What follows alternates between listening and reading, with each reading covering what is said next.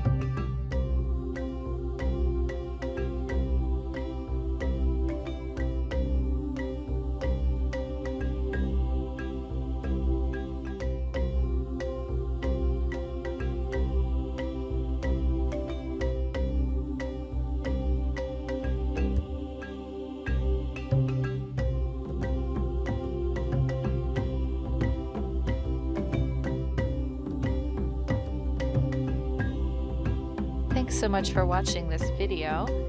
If you enjoyed this video, please give me a thumbs up, and if you would like to see more videos like this, please subscribe to my channel. Thanks a lot, and have a great day.